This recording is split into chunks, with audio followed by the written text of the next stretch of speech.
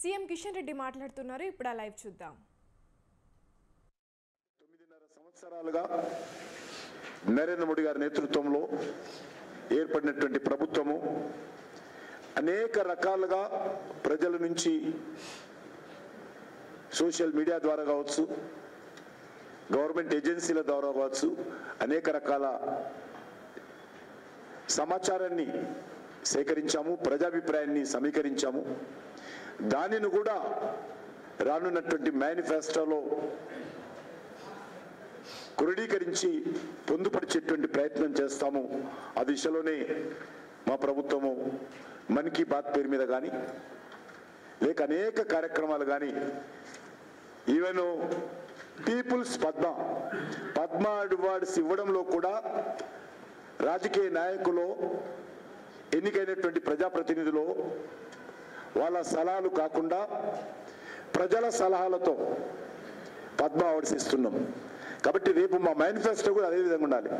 మీకు తెలుసు, పద్మ అవార్డ్స్ అంటే చింతకింది సుదర్శనో, వనం రామయ్యో, లేకపోతే ఈ రకంగా దరఖాస్తులు పెట్టుకోకుండా ప్రజల నుంచి అభిప్రాయాలను తీసుకొని పీపుల్స్ పద్మ పేరుతో మా అద్భుతంగా ఈరోజు అవార్డ్స్ ఇస్తే ప్రపంచమంతా నివ్వెరపోతా ఉంది.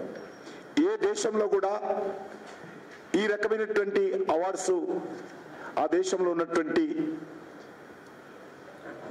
కమర్షియల్ యాక్టివిటీతో సంబంధం లేకుండా సేవా భావనతో, పూర్తి అంకిత భావంతో చేస్తున్నటువంటి వాళ్ళకి అవార్డ్స్ ఇస్తున్న విషయం మీకు అందరూ తెలుసు. కాబట్టి ఒక ఎగ్జాంపుల్ చెప్తా ఉన్నాను, ఏ రకంగా ప్రజాభిప్రాయాన్ని క్రోడీకరించి మా ప్రభుత్వం ముందుకు అడుగులు వేస్తుందో చెప్పడానికి ఒక ఉదాహరణ తీసుకున్నాం. ఈవెన్ మన్ కీ బాత్లో కూడా ప్రధానమంత్రి గారు చెప్పేటువంటి ప్రతి అంశం కూడా ప్రజల నుంచి వచ్చినటువంటి అభిప్రాయాన్ని ఆయన తన ద్వారా దేశ ప్రజల ముందు పెడతా ఉన్నారు. అదేవిధంగా